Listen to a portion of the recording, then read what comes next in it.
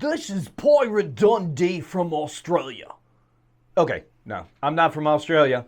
But these paddles are, and they are doing something different down under. You want to see how they play and hear about it? Stay tuned. First off, there's been some complaints about my reviews, that I'm not giving enough information. So this is going to be an extended review. So if you want to get to specific spots of this review, you can go in the description below and you'll see timestamps. There you can decide which section you want to see, and you don't have to listen to me rattle on about stuff you don't really care about. Let's talk about first impressions when I pick up this paddle.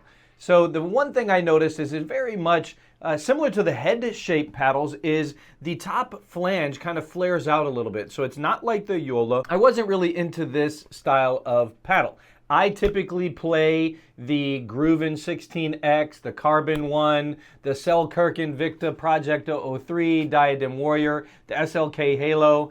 So I prefer an elongated paddle type or an extended handle paddle type. So I was really skeptical at first.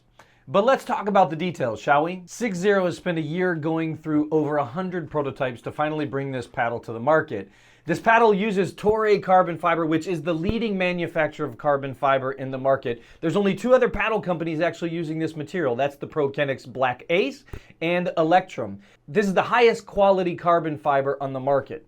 This material lasts and is the most costly to manufacture with. There are two models which have the same body shape and manufacturing, but the face is done differently, which I'll explain a bit later.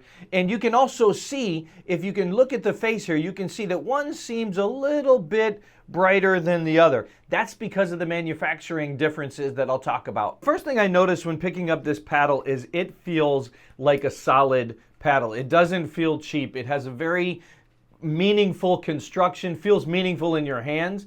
It's slightly head heavy, but not as much as the Yola or most of the longer handle paddles that I mentioned earlier even. I would compare this more to the Grooven H as far as head balance with a longer handle. It is not super head heavy. So first off, it feels really well balanced in your hand. So the first thing I noticed about this paddle was the tapered tip. So it tapers up a little bit towards the tip, not think Yola with a little bit wider tip, and then tapers down to the handle. So the reason they do this is supposed to increase the sweet spot. The second thing I noticed was the grip. The grip itself, even though it's a 16mm paddle, the way they forged these handles together, it's only a 4.25-inch circumference handle, which actually is for smaller hands. I actually had to add an overgrip to this to make it to the size that feels comfortable in my hand. So for the smaller hands, this is going to work better than a lot of its 16mm brethren because it's not a big blocky handle. It's nice carbon forged and it has good tapered facets. You can feel the bevels on it, so it has a really nice feel in your hand. One of the differences is, though, as we get into these carbon face paddles, is really going to be the price, the performance, and the longevity of the paddle.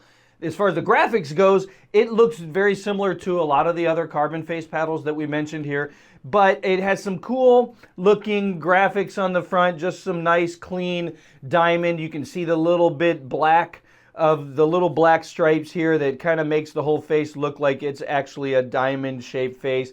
So overall, I'm pretty impressed with the look of this. It feels solid in your hands and it looks like a clean paddle. So let's talk about some of the claims that this paddle makes before I get into the performance. So one of the unique design differences of this is the way they carbon forge the front and the back face together. So what they do is they put a strip of carbon around this. They seal the front edge and the back edge together, almost making it like an edgeless paddle. So the paddle behaves more like a single unit.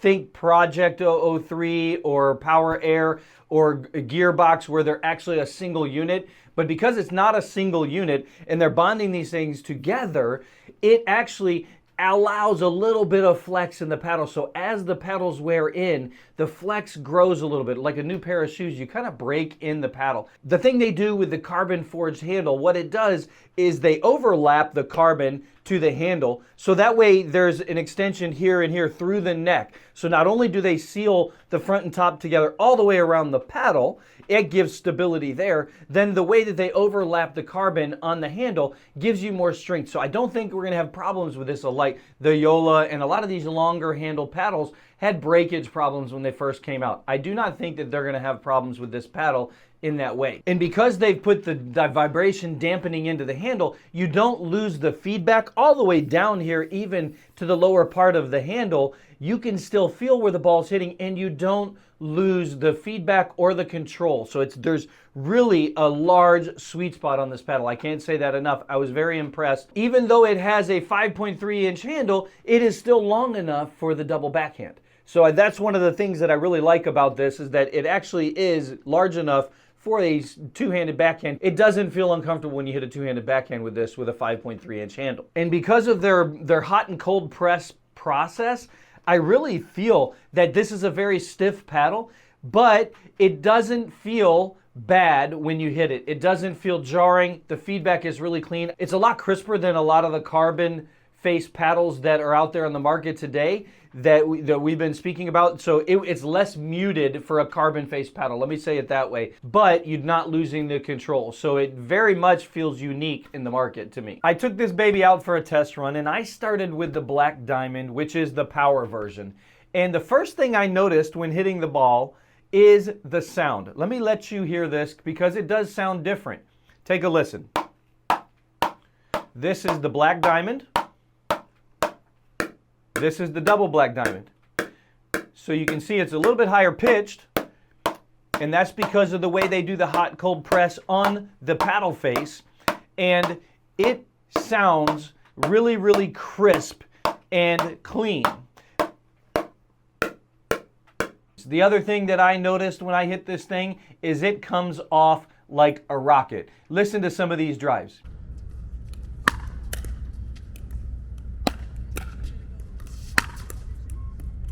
Woo! I normally play a control paddle, so this is really, really different for me, and I compare this to the Power Airs, the Engage Pursuits, and the other power paddles of the world. This thing's got heat. But for a power paddle, I was very impressed with the large sweet spot. When you hit this paddle, even off center shots, the feedback isn't unpleasant because of the way they dampen the handle. It will not lose that much pop. It still has control and some pop. It's gonna take some getting used to for the drops, the dinks, and the resets, and the touch shots. I had a little bit of a hard time adjusting those, so this would be a paddle that you would probably take a couple weeks, very similar to the Power Air. It takes a couple weeks to get used to a power paddle, especially when you play a control paddle like I do. The double Black Diamond, I would compare the size of the sweet spot to like the Carbon 1, the Carbon 2, the Project 03, the Vanguard 2.0, the Grooven Raw E, the Grooven Raw R, the Yola CFS, the Gearbox CX14, the Warrior Edge, the Warrior paddle. All of these have very large sweet spots. I would compare that to them. But this would be my choice because I'm more of a control paddle guy.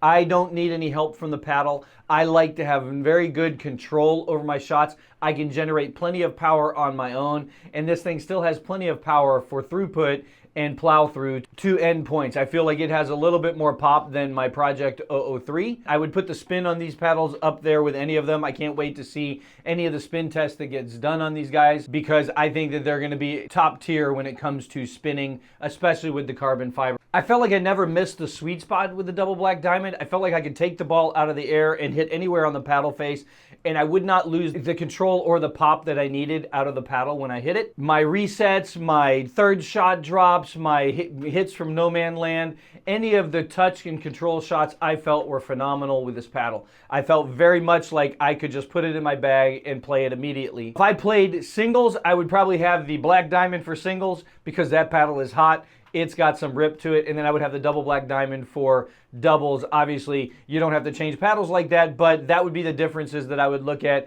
It's going to take a little getting used to with the Black Diamond if you're not used to a poppy paddle. If you're playing with the Power Air or something that is a very fast paddle, it's going to be an easy transition for the Black Diamond. Double Black Diamond, like I said, is all the same as the control models we've talked about. So this baby, for drives, for power shots, for powerful counter punches, this paddle is for those types of people that need the paddle to give them a little bit of help and want some help on their ground strokes and help on any of the power from any place on the court. This is the paddle for you. So let's talk about some of the technicals. So this is 7.5 inches to 7.7 inches wide, 16 millimeter core. It's got a 5.3 inch handle length and also has a 4.25 inch handle circumference. So very comfortable in the hands, and they both come in at 8.1 ounces. So it does not come lighter than that. All the technology that's in it 8.1, and it is slightly head heavy. So if you are liking the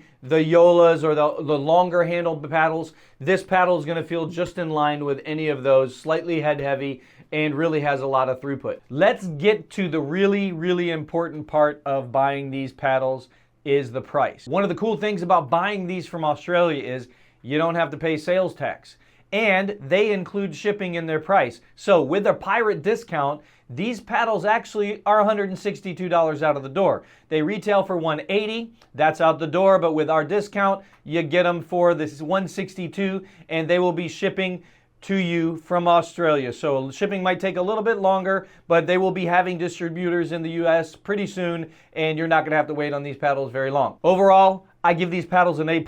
I really, really like it. 6-0, I cannot wait to see what you have coming out next. And as Joey always says, have a good day, mate. Let's not take my word for it. Let's hear what Dave Nell from South Africa has to say. He is a great bloke. Take it away, Dave. Hey guys, this is Dave with the Pickleball Pirate. This one is really nice.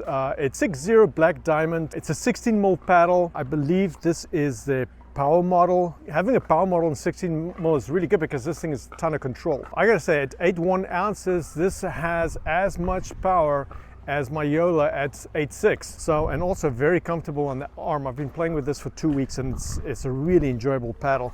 The one thing that really stands out to me is like, I don't feel a lot of grit. So it's very smooth, but this thing spins unbelievable. You can kind of see the markings of the ball and how, you know, this paddle just grabs the ball.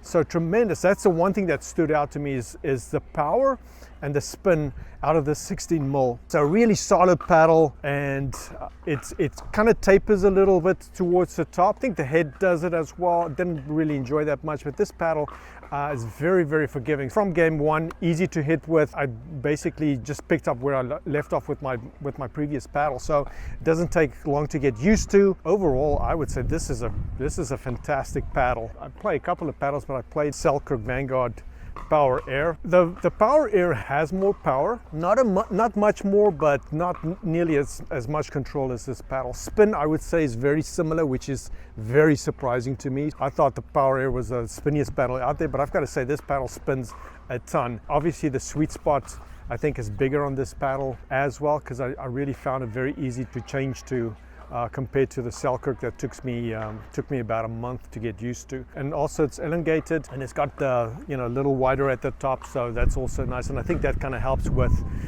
the sweet spot, especially, you know, this is kind of where most people will hit their shots. So having them expand the sweet spot at the top is really good. So you can kind of see they've got the little curve there at the top as well that we see with the Yola, and that kind of helps, definitely helps bringing the sweet spot up. It's not, I don't think it's as head heavy as other paddles. They're definitely not the Yola, and that's why it's so comfortable, you know, on the arm and my shoulder. So that's pretty important to me too. But yeah, all in all, great job, 6-0. This is a great paddle. If you want to pick up something new, I do definitely recommend this. These aren't the paddles for you? Click here to decide.